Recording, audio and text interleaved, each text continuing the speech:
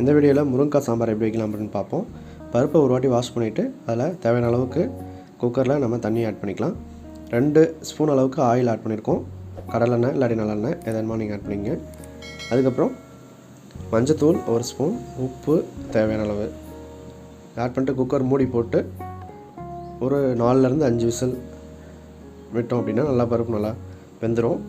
இன்பிட்வீனில் நீங்கள் சாப்பாடை நீங்கள் வடிக்கிறதுக்கு ட்ரை பண்ணுங்கள். இது எதுக்கு காமிக்கிறேன் அப்படின்னா, வடித்து சாப்பிட்டீங்க அப்படின்னா உடம்புக்கு நல்லது, ரொம்ப ஹெல்த்தியாகவும் இருக்கும். இப்போ நம்ம சாம்பார் வைக்கிறதுக்கு ஒரு பாத்திரம் வச்சுட்டு அதில் ஆயில் ஆட் பண்ணிக்கலாம். அதில் வெந்தயம் ஒரு 10லேருந்து 15 குவான்டிட்டி அளவுக்கு நம்ம ஒவ்வொரு பீஸ் நம்ம ஆட் பண்ணிக்கலாம். டோட்டலாக சீரகம், பூண்டு லைட்டாக நசுக்கி, பச்சை மிளகாய் 2 சேர்ந்து போட்டிருக்கோம். பெரிய வெங்காயம் ஒரு நார்மல் சைஸில் நம்ம கட் பண்ணி போட்டிருக்கோம். சின்ன வெங்காயம் போட்டிங்கன்னா நல்லாயிருக்கும்.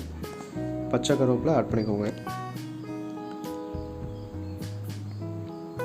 இப்போ தக்காளி கட் பண்ணி வச்சுருக்கிற தக்காளி ஒரு தக்காளி ஆட் பண்ணிக்கலாம்.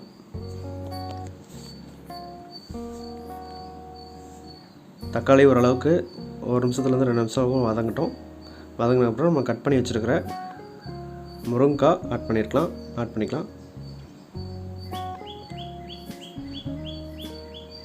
முருங்கைக்காய் ஆட் பண்ணதுக்கப்புறம் நம்ம ரொம்ப நேரம் வதக்கணும்னு அவசியம் கிடையாது. ஏன்னா முருங்கைக்காய் சாம்பாரை பொறுத்தவரையும் மேக்ஸிமம் நம்ம பருப்பு, இந்த முருங்கைக்காய், வெங்காயம் இதெல்லாம் ஒன்றா போட்டு டைரெக்டாக நம்ம சாம்பார் வைக்கலாம். அது நம்ம சேனலில் ஆல்ரெடி நம்ம வீடியோ போட்டிருக்கோம். பார்க்கலன்னா நான் டிஸ்கிரிப்ஷனில் கொடுக்குறேன், அதை பாருங்கள். இல்லை வீடியோ எண்டில் வரும்.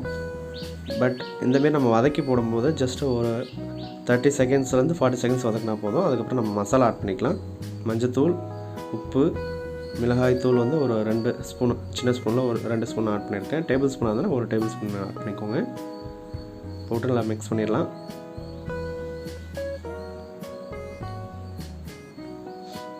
இப்போ அரிசியை வாஷ் பண்ணி வச்சுருந்த தண்ணி, அதாவது ஃபஸ்ட் டைம் வாஷ் பண்ண தண்ணியை நம்ம ஊற்றிடணும். செகண்ட் டைம் வாஷ் பண்ணதை நம்ம ஆட் பண்ணிக்கலாம். ஆட் பண்ணிட்டு நல்லா குழம்பை நம்ம கொதிக்க விடுவோம். இது கொதிக்க விடும்போது ஃபுல்லாக ஓப்பனில் விட்டிங்க அப்படின்னா அதாவது குழம்பு சீக்கிரம் ட்ரை ஆகிடும். அதனால் ஒரு மூடியை போட்டு லைட்டாக ஓப்பனில் விட்டு அதுக்கப்புறம் 60% குக் ஆனதுக்கப்புறம் பருப்பு ஆட் பண்ணிக்கலாம்.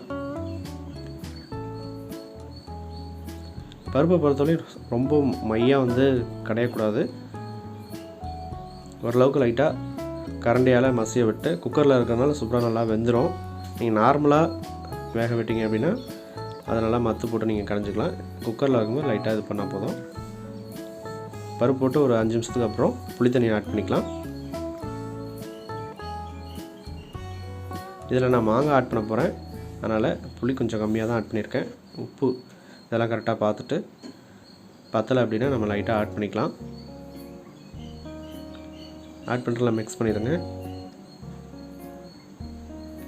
இப்போ நான் கட் பண்ணி வச்சுருக்கிற மாங்காய், ஒரு மாங்காய் நார்மல் சைஸில் நான் ஆட் பண்ணியிருக்கேன். ஆட் பண்ணிட்டு நல்லா மிக்ஸ் பண்ணிடலாம். மாங்காய் எப்போயுமே நம்ம லாஸ்ட்டாக தான் நம்ம ஆட் பண்ணோம். அதை போட்டு ஒரு 2லேருந்து ஒரு 3 நிமிஷம் நம்ம கொதிக்க விட்டாவே ஆட்டோமேட்டிக்காக நல்லா குக் ஆகிடும். ஒரு 2லேருந்து 3 நிமிஷம் ஆகும்போது மேக்ஸிமம் மாங்காய் நல்லா சூட்லேயே வெந்துடும். முருங்காயும் நல்லா வெந்துருச்சு. இப்போ இந்த ஸ்டேஜில் நம்ம தாளிப்பு ரெடி பண்ணிடலாம். நம்ம ஸ்டார்டிங்கில் எப்பயுமே பண்ண மாட்டோம். தாளிப்பு எப்பயுமே லாஸ்ட்டாக நீங்கள் பண்ணிங்க அப்படின்னா நல்லாயிருக்கும். ஆயில் ஆட் பண்ணிக்கிட்டு தாளிப்புக்கு கொஞ்சமாக கடுகு, உளுத்தம் பருப்பு ஆட் பண்ணிவிட்டு நல்லா பொரிய விடலாம். பச்சை கருவேப்பிலை ஒரு கொத்து ஆட் பண்ணிக்கோங்க. இதில் பெருங்காயத்தூள் எப்பயுமே தாளிப்பில் நம்ம ஆட் பண்ணி சாம்பாரில் ஆட் பண்ணும்போது டேஸ்ட் நல்லாயிருக்கும். இந்த தாளிப்பு சாம்பாரில் ஆட் பண்ணிக்கலாம். இதை இந்த கரண்டியால் நல்லா மிக்ஸ் பண்ணிடுங்க. இப்போ இதுக்கு தேவையான அளவுக்கு மல்லித்தலை ஆட் பண்ணிக்கலாம்.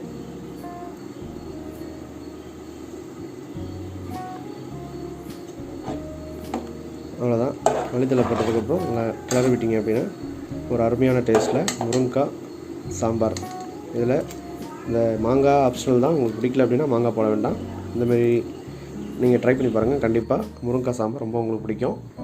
ட்ரை பண்ணி பார்த்துட்டு எப்படி இருந்துச்சு அப்படின்னு சொல்லி நம்ம கமெண்ட்டில் சொல்லுங்கள். நம்ம சேனலை ஃபஸ்ட் டைமாக நீங்கள் பார்க்குறீங்க அப்படின்னா மறக்காமல் கீழே இருக்கிற சப்ஸ்கிரைப் பட்டனை சப்ஸ்கிரைப் பண்ணிக்கோங்க. பக்கத்தில் இருக்கிற பெல் பட்டனை கிளிக் பண்ணி ஆளுங்கிற ஆப்ஷன் செலக்ட் பண்ணிக்கோங்க. அப்போ தான் நம்ம போடக்கூடிய நியூ வீடியோஸ் உங்களுக்கு இமீடியட்டாக ரிசீவ் ஆகும். தேங்க்ஸ் ஃபார் வாட்சிங். தேங்க்யூ.